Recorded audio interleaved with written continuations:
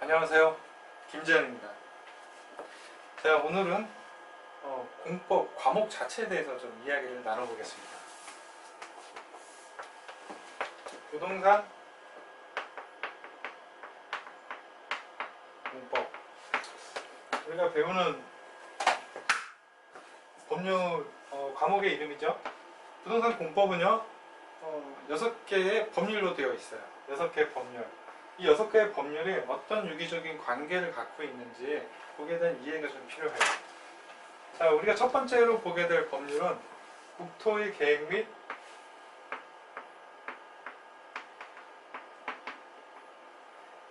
및 이용에 관한 법률이에요. 이용에 관한 법률. 법률명이 너무 길죠. 법률명을 제명이라고 하는데 너무 길죠. 이거 계속 부르다가 쓰러집니다. 그래서 약칭이 있어요. 공식 약칭은 국토계획법이에요.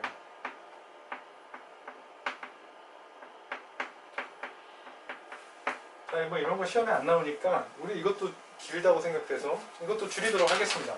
이거를 국계법으로 부르도록 할게요. 국계법. 뭐 선생님에 따라서는 국토법 이렇게 부르시는 분도 계세요. 국토법이든 국계법이든 이렇게 얘기하시면 이렇게 알아들으시면 됩니다. 자, 여기에 첫 번째 나오는 법률은 어떤 내용이 있을까요? 제명 그대로예요. 전 국토에 대한 계획, 그리고 그 계획에 따라서 어떻게 이용할 거냐, 그러한 내용이 담겨져 있습니다. 자, 어떤 시가 하나 있어요. 시가 있고 여기 산이 이렇게 딱 좋습니다. 여기는 사람들이 막 모여 살아요. 여기는 공장이 있어요. 여기는 사람들이 와서 먹고 놀고 할 수 있는 상업지역이 있어요. 이렇게 되어 있으면 국토의 계획에서 이런 지역은 주거지역으로, 또 이런 지역은 공업지역으로, 또 이런 지역은 상업지역으로, 또 여기는 자연이 보존돼야겠죠. 그래서 자연환경보전지역 이렇게 계획을 짭니다. 그러면 해당 용도에 맞게 여러가지 규제가 들어가는 거예요.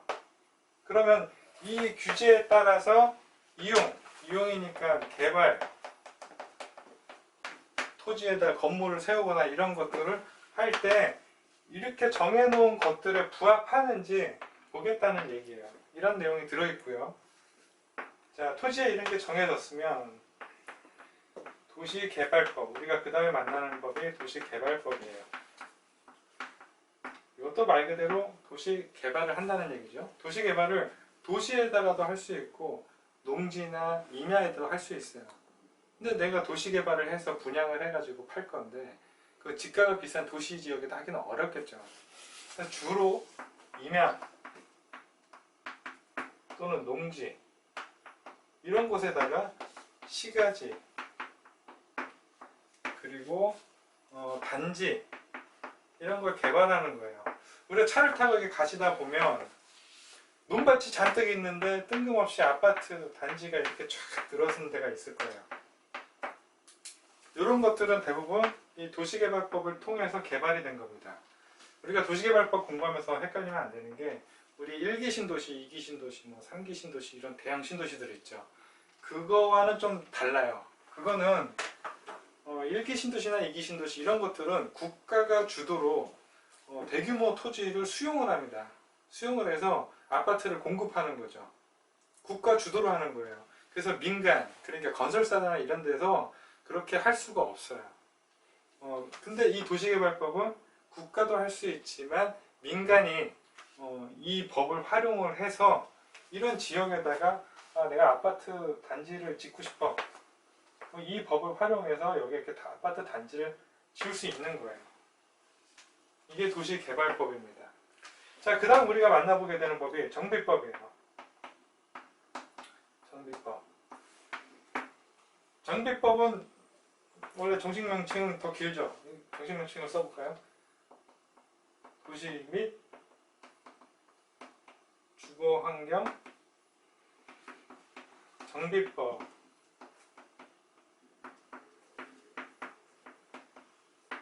이게 풀네임이죠. 자, 정비법과 도시개발법의 차이는 뭘까요? 도시개발은 빈 땅에다가 건물을 쫙 세워서 그런 거죠. 분양하고. 근데 정비법은 이미 기개발지, 이미 개발된 데예요. 자, 여기가 주거지역인데 이미 개발이 된 데잖아요. 사람들 잘 살고 있어요. 근데 30년, 40년 지났더니 집이 막 노후돼요. 주변 환경은 열악해요. 기반시설은 부족합니다. 그런 경우에 일부 지역을 정비구역으로 지정을 하고 다 철거시켜버리죠.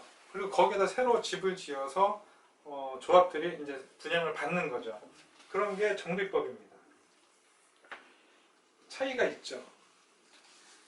그 다음 정비법 다음에 우리가 배우는 건 건축법이에요.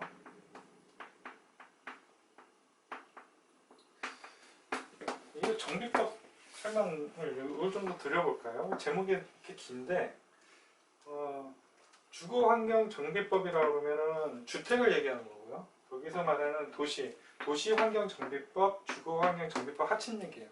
도시환경정비법은 상업지역이나 아니면 공업지역 이런 데를 재개발한다 그러면 도시환경정비한다 이렇게 얘기합니다. 그렇게 이해하시면 되고요. 건축법은 건축법은 도시개발법을 통해서 대지를 조성했어요. 그 위에 건물 올라가죠. 그럼 건축법 적용 받습니다. 그렇죠? 자, 정비법을 통해서 오래된 집들 다 부시고 새로 대지를 조성해서 그 위에 아파트도 짓고 상가도 짓고 공장도 짓습니다. 그러면 건축법 적용을 받아요. 모든 건축물에 대해서 적용하는 게 건축법이에요. 건축법은 건축물의 안전을 위해서 있는 거죠. 안전. 건축법 없으면 대충 지을 거예요. 건축법이 있어도 무너지는 판국에 없으면 안 무너지겠습니까? 그래서 이런 법들이 있는 거고요. 자, 건축법 다음에 우리가 배우는 건요. 주택법이에요. 주택법.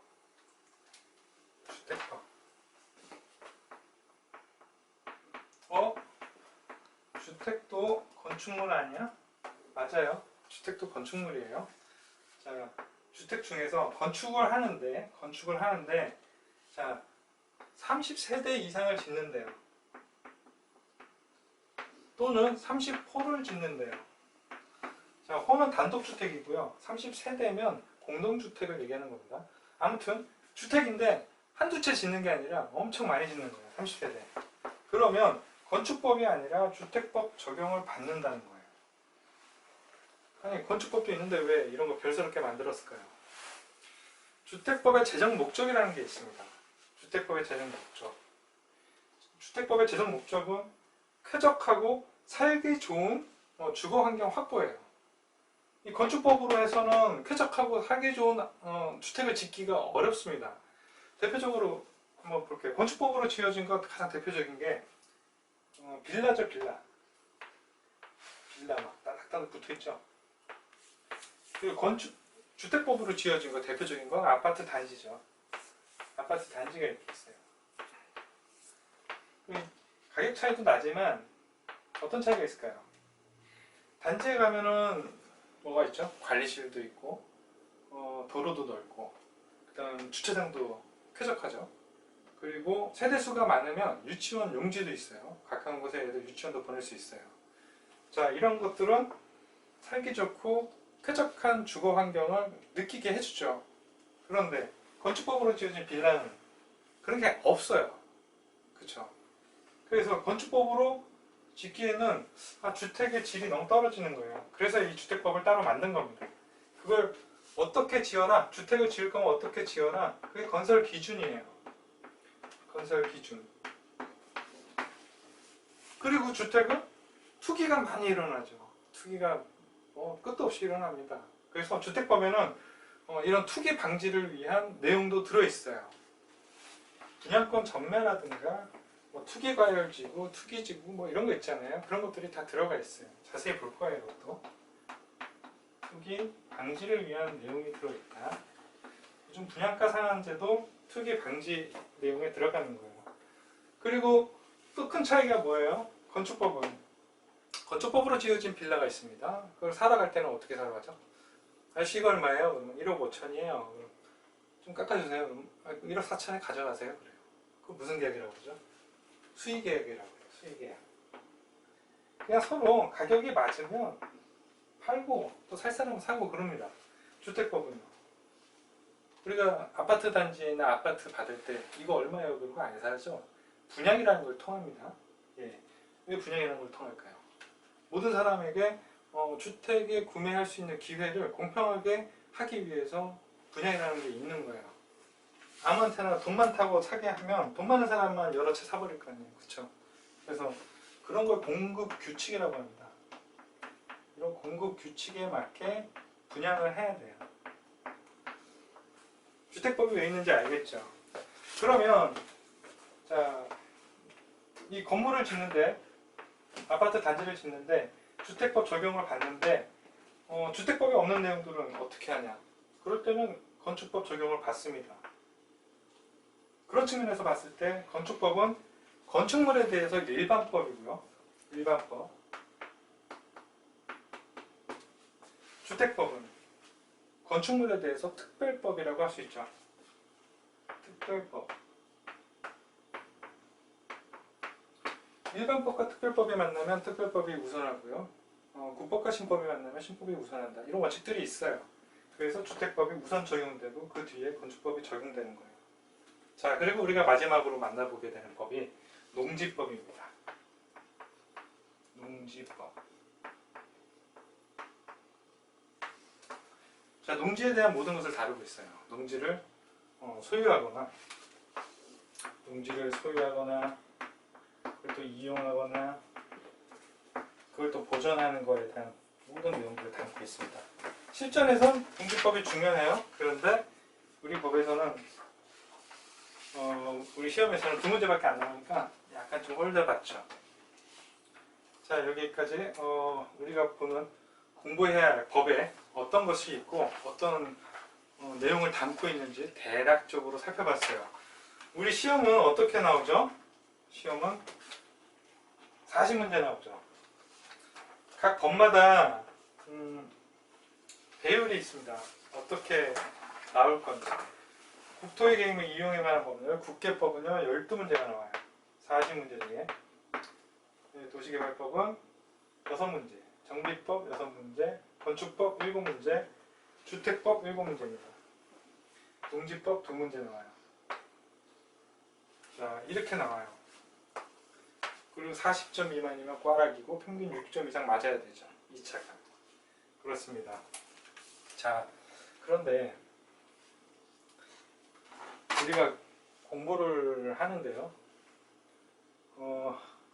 이게 시험 난이도를 볼 때 이 난이도 얘기 전에 그걸 볼게요. 자, 그러면 시험 난이도를 볼게요. 시험 난이도는 상중하로 나눠볼 수 있어요. 상중하. 수학 문제처럼 굉장히 어렵고 뭐 그런 얘기가 아니고요. 출제 빈도를 얘기하는 겁니다.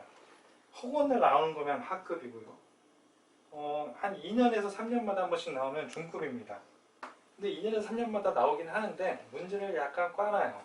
또는 여기저기 법률을 다 알아야만 풀 수 있는 복합적인 문제가 나오는 게 중급입니다. 알면서도 틀릴 수는 있어요. 상급은 이건 뭐 어디서 나온 적이 없는 거예요. 풀어본 적도 없고 접해본 적도 없는 그런 문제들이 나오는 게 상급이에요. 그러니까 비율은 30%, 40%, 한 하급이 한 30% 이렇게 나옵니다.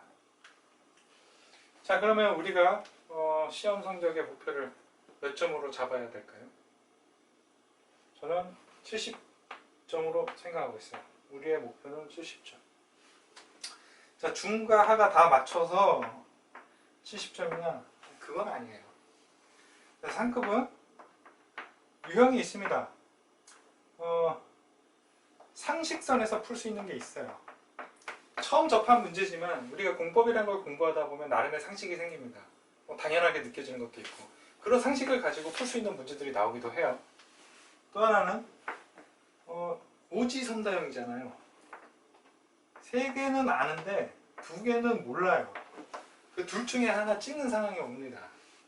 그런 문제도 있고 그 다음에 또 하나의 유형은 이건 뭐 손도 못 대요. 도저히 못 풀겠어요. 처음 오는 문제고 무슨 말인지도 모르겠어요. 이런 문제도 있어요. 자, 그러면 이 상식과 여기 둘 중에 하나 찍는 이런 문제들은 우리 한번 맞춰볼 수 있죠. 이 30%다 틀리기 힘들어요. 이거는 하늘이 전지한자만 다 틀릴 수 있어요. 뭐 대충 하나만 찍어도 맞잖아요, 그죠? 그러면 여기에서 한 5%는 가져가죠. 그리고 아까 중급도 40%라고 그랬는데 이거 사실 맞추기 힘듭니다. 하급은 다 맞추고 중급은 한 35% 내지는 한 30% 정도 맞출 수 있는 경우도 있을 거예요. 그러면 한 65%에서 한 70% 맞출 수 있는 거죠. 그래서 70점이라고 제가 말씀을 드리는 겁니다. 자, 그렇고요. 제가 뭐 공부 별로 안 좋아하는데 공부 좋아하는 사람 별로 없죠. 다들 어떤 목적이 있으니까 공부하는 거죠. 대부분은 아마 그럴 거예요.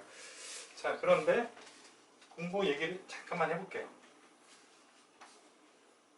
자, 우리가 이 6개 과목을 6개 법률을 다 공부해야 될까요? 이렇게 물어보시는 분 계세요. 이거 왜 그래요? 농지법 때문에 그래요. 두 문제밖에 안 나오는데 선생님 중에는 이거 포기해라, 하지 마라 이러시는 분도 있고요. 어떤 분은 두 문제도 안타, 뭐 이게 어디냐, 풀어라 이런 사람도 있어요. 저는 6개 법률을 다 공부했으면 좋겠어요. 이유가 뭐냐, 문제 하나가 50페이지를 공부해야 된다면 얘네들도 문제 하나를 푸는데 50페이지를 공부해야 돼요. 농지법이나 주택법이나 건축법이나 공부량은 비슷하다는 얘기예요. 그런데 아까 제가 상중하 얘기를 했잖아요. 상중하 비율은 얘네는 상 나오고 어렵게 나오고 얘는 중 나오고 얘가 하 나오는 게 아니에요. 각 법률마다 상중하 이렇게 비율이 적당하게 섞여 나옵니다. 그러면 농지법은 두 문제잖아요. 그럼 어떻게 나와야 돼요? 상, 중 나올까요? 주로 중하가 나옵니다. 좀 더 공부하는 게 낫겠죠. 그렇죠? 그러니까 이거 기출문제 중심으로 해서 나오는 것만 정리를 해서 제가 설명을 드릴게요. 그것만 챙겨가시면 제가 두 문제 다 맞는다고 얘기하면 그건 거짓말이죠. 반드시 한 문제 이상은 가져갈 수 있도록 하고요. 나머지 하나는 모르겠다 찍어야겠죠. 예. 그리고 틀을 챙기셔야 돼요. 공부의 틀. 공부하시다 보면 여기에 대해서도 어떤 시설, 기반 시설을 설치하는 절차가 나옵니다. 절차가 나오고요. 도시개발법도 도시를 개발하기 위한 절차가 나와요.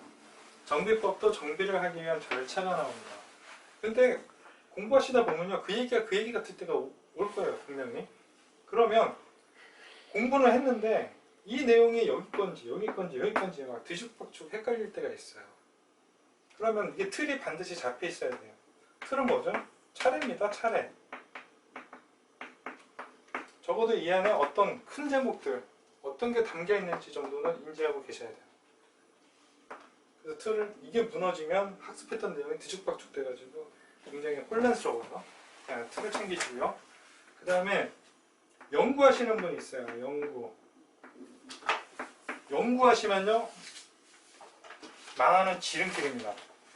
폭망이에요, 폭망. 이거 100% 내용을 다 알고 왜 이렇게 법이 만들어졌는지 다 이해하고 하시는 분 별로 없어요. 뭐 제가 아는 한도 내에서 다 말씀드리겠지만, 공부하시다가 한 바퀴 보고 또 보다 보면 어느 정도 이 정도 되는구나, 이게 왜 이렇게 됐구나라고 감이 옵니다. 자연스럽게 오는 거를 처음부터 막 이해될 때까지 파고들지 말란 얘기예요. 우리는 시험에 합격하기 위한 거지 연구하기 위한 게 아니잖아요. 연구하지 마시고 그냥 기본서 중요합니다. 기본서. 한번 가리키면서 책 한 번 안 보는 것 같은데 기본서 중요하다니 이게 무슨 얘기야. 그럴 수 있어요. 자, 우리가 여기 제가 칠판에 쓰는 거 하고 나중에 정리하신 거 보면 대부분 단어로 되어 있죠. 문장이 아니에요. 근데 함축적으로 되어 있어요. 그러다 보니까 이거 보더라도 나중에 보면 이게 무슨 말인지 헷갈려요. 그런데 기본서는 어때요? 기본서는 문장으로 되어 있죠. 자, 시험도 문장으로 나와요. 우리가 단어를 공부하고 나서 문장을 접하게 되면 아는 문제도 틀릴 수 있어요. 그래서 기본서를 읽어보라는 겁니다. 기본서. 그래서 기본서가 중요하다는 말씀드리고, 이거는 다 하실 테니까 잔소리 같을 수 있는데, 자기 노트 만드세요. 자기 노트. 자기 노트 안 만드시고 책에다가 다 이렇게 줄 쳐놓고 거기다가 이렇게 필기하시는 분 계시는데, 그렇게 하면은 나중에 가서 이 하루 이틀 만에 한 번 쫙 봐야 되거든요. 근데 그렇게 볼 수가 없어요.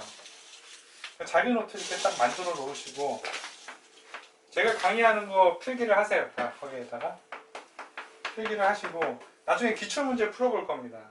기출문제 풀어보시는데 기출문제는 있었는데 내가 갖고 있는 노트에는 없어. 그러면 그걸 넣으세요. 그리고 공부하시다가 이거는 굳이 안 넣어도 되겠는데 뺄건 빼시고, 그렇게 해서 자기 노트를 만드시면 됩니다.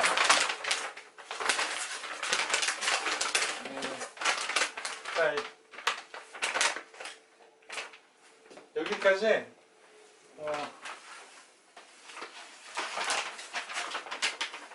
부동산 공법 과목에 대해서 좀 알아봤어요.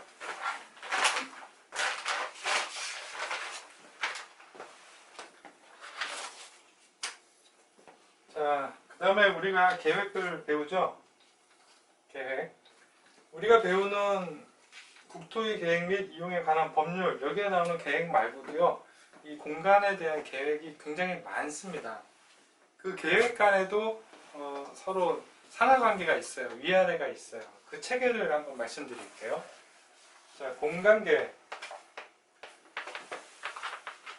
공간 계획에 대한 체계. 자, 공간을 짜는 계획, 국토에 대한 계획을 짜는데 최상위 계획은 어디서 나오냐면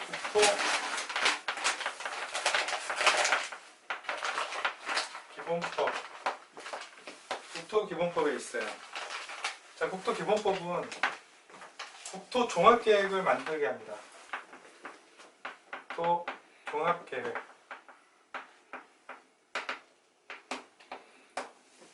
국토종합계획. 지금 한 5차 종합계획까지 나왔고요.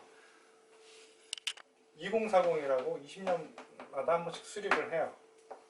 이게 우리나라 전 국토를 어떤 방향으로 개발할 건지에 대한 얘기입니다.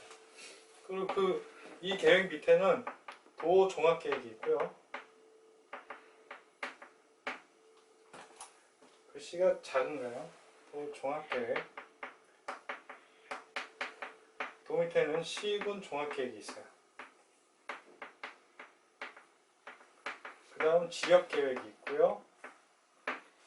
중요한 거 아니니까 줄여 쓸게요. 그 다음 부문별 계획이 있습니다.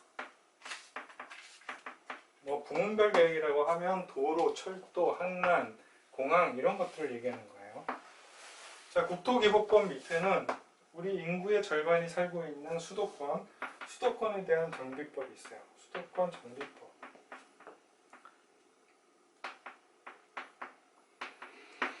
수도권 정비법이 있어요. 수도권 정비법에서 수도권 정비 계획이 나옵니다. 수도권 정비 계획.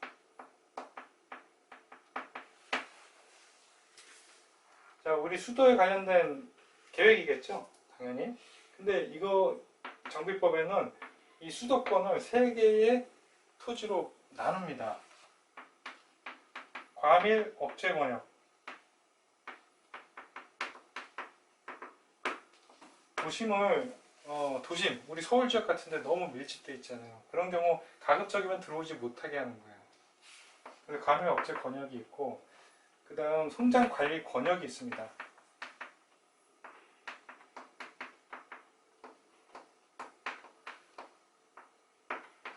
성장을 촉진시키는 거죠. 우리 화성 같은데, 그 다음 평택 이런 데가 성장을 촉진하는 곳이에요. 그 다음 자연 보전 권역.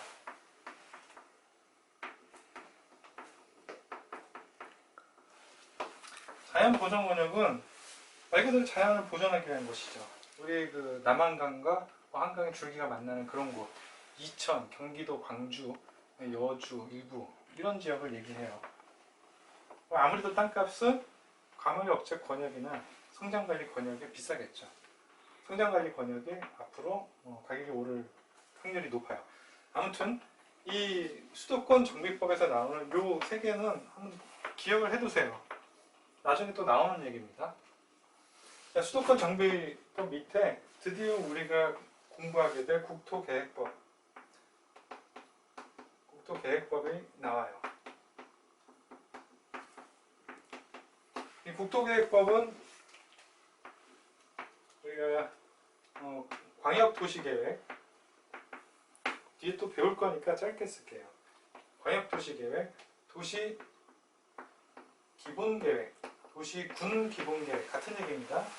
그 다음 도시군관리계획, 도시군관리계획, 도시관리계획 같은 얘기죠. 도시관리계획, 이 세 개의 계획이 나와요. 그렇죠. 우리가 배우는 법이 최고인 줄 알았더니 위에 많죠. 또 밑에도 있어요. 밑에 타법에서, 타법이라 그러면 여기 나온 법 말고 다른 법에서도 여러가지 지역이나 지구를 지정합니다. 그렇죠?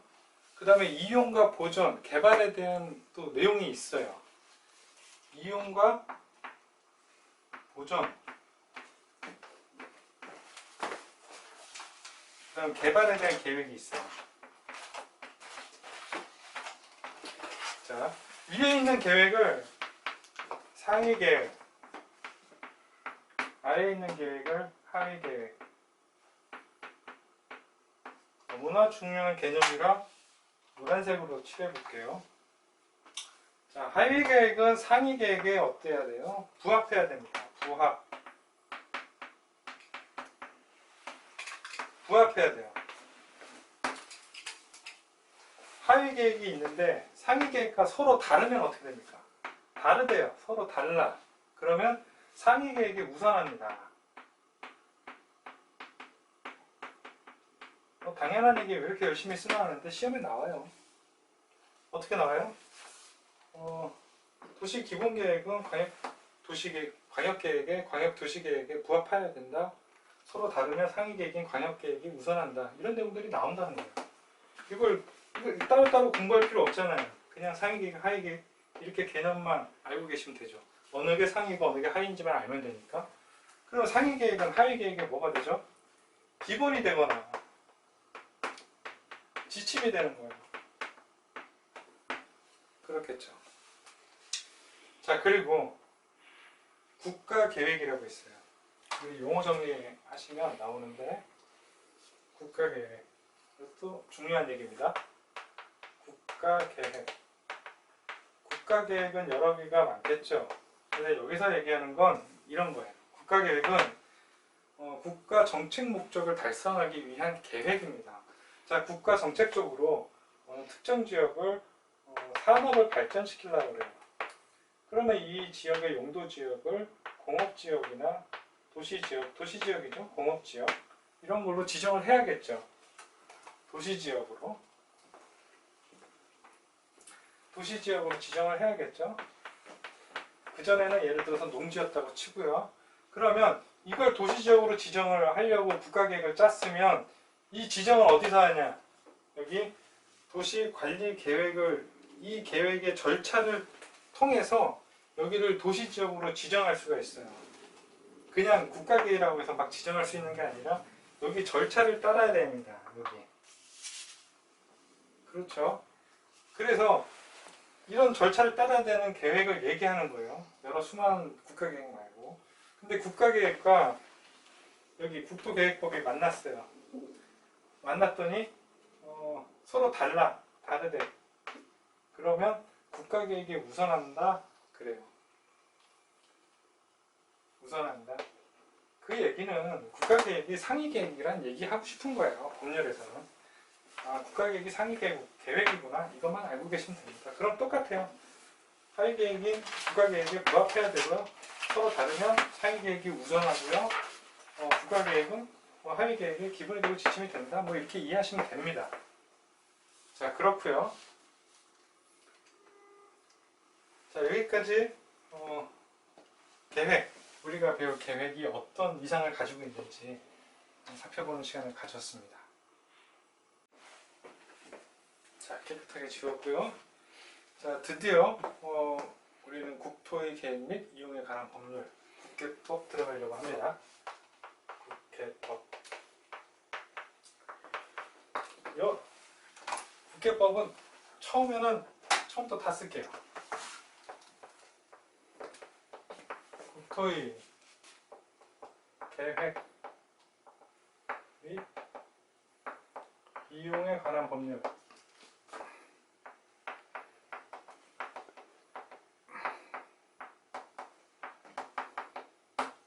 자, 길죠? 길어요. 자, 이 법률 제목을 잘 보시면요, 많은 의미가 들어있어요. 이 법에는요, 국토에 대한 계획이 있죠. 그리고 이용이 있어요. 자, 계획이 먼저 나왔죠? 이거 뭐 아무 의미 없이 먼저 나온 게 아니고요. 선계획, 그리고 후 이용하겠다. 그 이야기입니다. 꿈보다 해몽인가요? 아무튼. 자, 그래서 이 법은요, 계획 파트, 그리고요, 이용에 관한 파트로 나눠볼 수 있어요. 계획과 이용. 자, 계획에는 뭐가 있냐면, 제가 앞전에 강의를 할 때 계획의 단위는 뭐라고 그랬죠? 계획의 단위가 특광, 특특, 그리고 도 밑에 있는 시군이었죠. 그렇죠? 우리가 가장 처음에 배울 광역도시계획은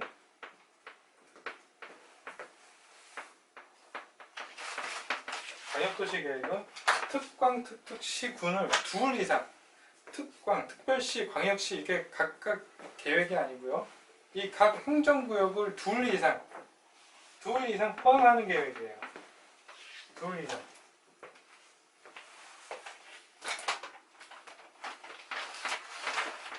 둘 이상에 대해서 장기 발전 방향을 제시하는 계획입니다. 장기 발전 방향을 제시하는 계획이에요.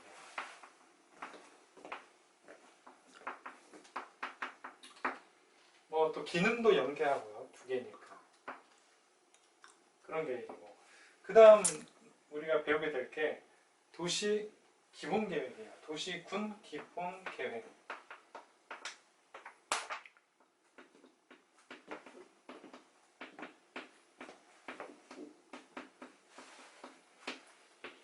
자, 여기 이런 설명만으로는 이게 무슨 계획인지 정확히 모를 거예요. 근데 우리가 지금 제가 설명드리고자 하는 거는 개요입니다. 개요. 해당 시간에 가면 정확히 알 수 있어요. 도시군 기본 계획은 특광, 특특, 시군이에요. 그 계획의 단위 말씀드렸죠. 그 단위, 특광, 특특, 시군에 대해서 얘도 장기 발전 방향을 제시하는 계획입니다. 장기 발전 방향을 제시하는 종합계획이고, 요 밑에 나오는 도시군 관리계획의 지침이 되는 계획이다 이렇게 되어 있어요. 그 밑에 도시군 관리계획.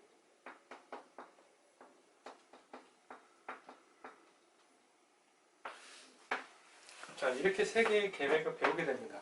자, 여기서 개요지만 우리가 반드시 가져가야 될 개념이 있어요. 이 내용을 지워버리고, 자, 여기 있는 계획과 여기 있는 계획은 굉장히 성격이 다릅니다. 굉장히 달라요. 얘 계획은 얘네 둘의 계획은 책에 나와요. 이렇게 계획이 책으로 나옵니다. 뭐라고 되어 있냐? 예를 들어 볼까요? 인천시 2040 20년부터 40년까지겠죠? 2040 도시 기본계획. 이렇게 책이 나옵니다. 책이. 얘는요, 이 책이 나오는 게 아니에요. 그 개념이 중요해요. 안 그러면 굉장히 헷갈려요. 자, 여기서 이 두 개의 계획은 어느 지역이 이렇게 있어요. 그럼 이쪽 지역을 얘는 산업을 육성시키고, 여기는 주거를 육성시키고, 여기는 자연환경이 좋으니까 자연환경을 육성하자. 이런 큰 플랜을 갖고 있습니다. 큰 그림이에요. 큰 그림. 이런 내용들이 그 책장에 나와 있어요. 그러면 자, 여기를 산업과 주거를 발전시키려면 이 지역은 무슨 지역이 돼야 되냐면 도시 지역이 돼야 돼요. 도시 용도 지역이 도시 지역으로 지정이 돼야 됩니다. 그러면 이 도시군 관리 계획이라는 절차를 거쳐서 이 지역을 도시 지역으로 결정할 수 있어요. 그럼 얘는 집행 단계의 계획이라는 거죠. 계획이 다르다. 계획 의미가 달라요. 얘는 집행 단계의 계획이에요. 여기 학교를 여기에 주거가 지어지니까 이 학교 부지로 지정해야겠다. 그러면 도시군 관리계획 절차를 거칩니다. 기초조사하고 의견 듣고 해서 절차를 거쳐서 여기를 학교 부지로 지정을 하고 거기서 학교를 짓는 거예요. 이 계획은 이런 구체적인 계획이 아니에요. 그냥 이 지역을 어떤 방향으로 발전시키겠다 정도의 그림만, 큰 그림만 나온다. 이 큰 그림이 아까 말씀드린 그 책자로 나온다. 그렇게 이해하시면 돼요. 그러면 이 계획을 백날 짜도 실제 여기 살고 있는 사람한테는 아무런 영향을 주지 않겠죠. 주지 않죠. 그런데 얘는 도시군 관리계획은 자, 내 땅이 있는데 도로를 이렇게 내겠다고 구체적으로 얘가 집행을 해요. 그러면 내 땅에 도로가 지나가니까 직접적인 영향을 받죠. 권리 침해를 받습니다. 그래서 행정쟁송을 할 수 있어요. 이의제기하고 행정소송 걸고 이런 걸 행정쟁송이라고 하거든요. 그런 걸 할 수 있는 거예요. 얘네들은 그냥 큰 그림 짰는데 저 큰 그림 때문에 내가 피해를 봤어. 피해 본 게 없잖아요. 그냥 큰 그림이니까. 이런 성격의 차이를 이해하셔야 돼요. 그래야 헷갈리지 않습니다. 자, 이렇게 또 계획에 대해서 알아봤고요. 그리고 도시군 관리계획은요. 자, 그러면 구체적으로 얘가 집행 단계의 계획인데 어떤 것들을 결정할 수 있느냐는 거예요. 이런 걸 결정할 수 있어요. 여기 나오는 단어들은 이제 배우지 않았으니까 모르실 거예요. 근데 이런 게 있구나 하고 넘어가시고 다음에 학습하시면 정확히 이해할 수 있을 거예요. 용도 지역. 우리가 학습하지는 않았지만 도시지역, 산업지역 이런 거 들어보셨죠? 특정 지역을 그런 지역으로 지정할 수 있는 거예요. 또 용도, 지구 또 지정할 수 있고요. 그 다음에 개발 제한구역, 그린벨트라고 그러죠? 이것도 지정을 합니다. 이 도시군 관리계획 절차를 통해서 지정할 수 있어요. 그 다음에 도시자연공원구역,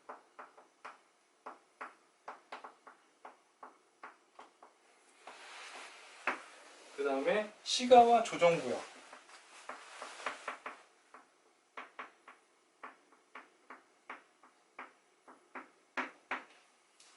그 다음 수산자원 보호구역.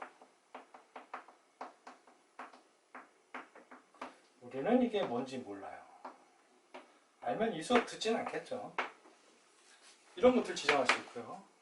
그 다음에 기반시설. 기반시설이라고 그러면 우리가 살면서 꼭 필요한 것들 있죠. 학교, 도로, 상하수도, 통신 뭐 이런 것들 있죠. 이런 것들을 얘기하는 거예요. 이런 것들을 설치하거나 개량하거나 정비하거나 이런 등의 것들도 도시군 관리계획 절차를 통해서 한다는 거죠. 그렇죠. 그 다음 도시개발. 도시개발 사업과 그에 관련된 계획. 그리고 정비사업 있죠. 정비사업과 관련된 계획 이런 걸 얘기하는 거고요. 그 다음 지구단위 계획, 이것도 우리가 학습하게 될 겁니다.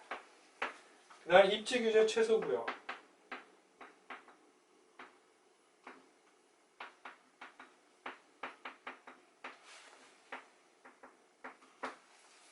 자 이렇게 이거는 기억을 하셔야 돼요. 자, 계속 꼬시는 문제가 나옵니다. 도시군 관리계획으로 다음 좀 도시군 관리계획으로 결정하지 않는 것은 이런 게 나올 수 있어요. 그러면 도시군 관리계획으로 결정할 수 있는 게 뭔지는 알아야겠죠. 기억을 하셔야 됩니다. 자, 앞 글자 따볼게요. 용계기도지입, 이렇게 용계기도지입 이렇게 기억을 하십니다. 앞 글자 따는 거 이렇게 좋은 방법은 아닌데 나중에 용계기도지입만 생각나고 뒤에 건 생각 하나도 안 나고 그래요. 그래서 별로 좋아하는 건 아닌데 그래도 용계기 이렇게 했으면 그 다음에 도를 알아야 쉽게 나오니까 앞 글자 따보는 겁니다. 용계기도지입. 앞으로 제가 이거 줄여서 용계기도지입이라고 말씀드리면 이거 얘기하는 거구나 그렇게 이해하시면 돼요. 이거 중요한 얘기였고요. 그 다음 중요한 얘기였어요. 진짜 중요해요. 자, 그 다음 여기 보시면 기반시설 설치하는 걸 사업이라고 합니다. 사업. 기반시설 설치하는 사업을 도시군 계획시설 사업이라고 해요. 말이 어렵죠? 요거 지울게요. 요거 개도시수 요거를 용도구역이라고 해요. 용도구역. 그리고 기반시설 설치하는 사업을 도시군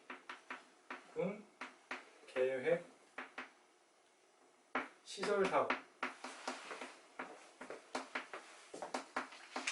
잘 보일지 모르겠습니다. 이렇게 불러요.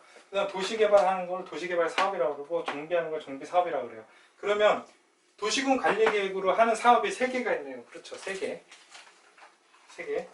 이거죠. 도시군 계획 시설 사업과 도시개발 사업, 정비 사업. 이 3개를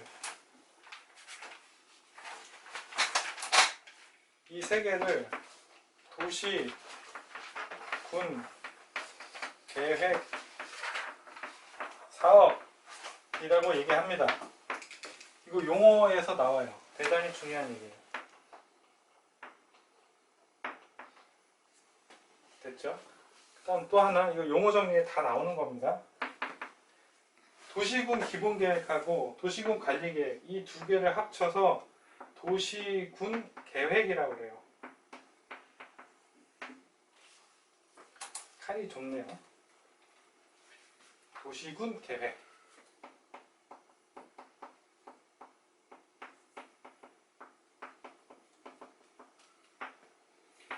이것도 한 별표 3개 치고 싶어요. 별거 아닌데 잘 나옵니다. 용어 정리에 나온 거니까 꼭 기억해 두세요. 자, 여기까지 계획에 대해서 봤어요. 자, 그 다음 우리가 볼 거는 뭐죠? 이용이에요. 이용. 용계기도집 외우시기 어려우면 집에 강아지 이름은 용계기도집이라고 하시든지 반복해서 외워주시기 바랍니다. 자, 이용.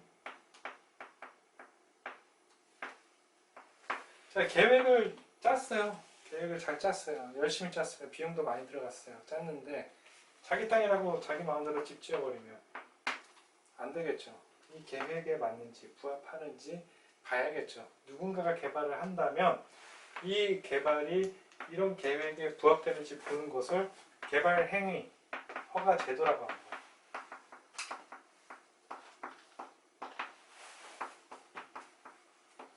이 제도를 통해서 경관이나 주변 환경에 이상이 없는지 기반시설은 부족하지 않은지 이 계획에 부합하는지 보는 거예요. 그냥 막 개발할 수 없어요. 그렇죠? 그 다음 또 우리가 배우는 게 기반시설 연동제라고 있어요. 기반시설 연동제는 기반시설과 관련된 제도예요. 2개가 있는데 개발 밀도 관리구역,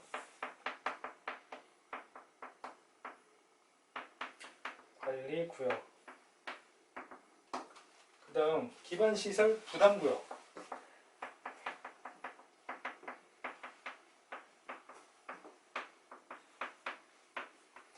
제가 이거를 여기서 설명드려야 될지 모르겠는데 궁금하신 분이 계실 테니까 간략하게 설명드릴게요. 자, 이걸 지정할 때는요, 둘 다 기반시설이 부족한데요. 기반시설 부족하다 그러면 여러 가지 생각하지 말고 그냥 도로가 부족하다 이렇게 생각하시면 돼요. 근데 여기는 기반 시설이 부족한데 이미 개발이 빡빡하게 됐어요. 도로도 이미 더 이상 확장할 수가 없어요. 자, 이런 경우에 어떻게 해야 되죠? 그러면 여기에 증축을 하거나 건물을 짓거나 하는 걸 규제해야겠죠. 규제를 강화시킵니다. 뭘 짓지 못하게. 그게 개발밀도 관리구역이에요. 그 기반시설 부담구역은 부족하긴 마찬가지예요. 기반시설이 부족해요. 그런데 여기는 개발이 띄엄띄엄 돼 있어요. 도로가 부족하긴 하지만 도로를 확장할 공간도 있어요. 자, 이런 지역에서 누군가 건물을 세운다면 도로가 부족해지겠죠. 그럼 이 부족해지게 되는 원인 제공자가 너니까 네가 돈을 좀 내라. 그게 기반시설 부담구역입니다. 자, 여기서 중요한 것은요, 구역이죠. 아까 용도구역이 있었죠. 용계기도 지역, 용도지역, 용도지구, 그리고 용도구역, 용도구역이 있었잖아요. 개발자연구역, 도시자연공원구역, 이런 것들이 도시군 관리계획으로 결정된다고 그랬잖아요. 그렇죠? 여기도 비슷한 단어가 나와요. 대발밀도 관리구역은 도시군 관리계획으로 결정한다, 이런 꼬시는 얘기가 나와요. 아까 말씀드린 용계기도 집 외에는 도시군 관리계획으로 결정하는 게 없어요. 이거는 도시군 관리계획으로 결정하는 게 아니에요. 그렇죠? 그게 중요합니다. 그리고 아까 전에 제가 사업이 있다고 그랬죠? 도시군 계획 사업 세 가지 있었죠? 세 가지. 정비사업, 도시개발사업, 그리고 도시계획시설사업, 이 세 가지가 있다고 그랬어요. 그 세 가지 중에서 도시개발사업과 정비사업은 양이 방대해요. 그리고 복잡합니다. 그래서 개별법으로 따로 떨어져 나간 거예요. 그래서 우리가 도시개발법, 정비법 따로 배우는 거고요.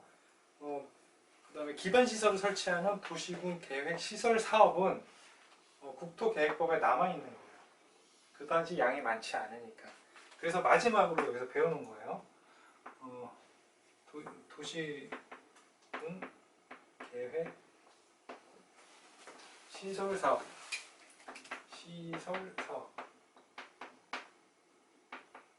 마지막으로 배우는 게 이겁니다. 자, 여기까지 하면 국토의 계획 및 이용에 관한 법률을 다 마칠 수가 있어요. 자, 오늘은 여기까지 하겠습니다. 고맙습니다.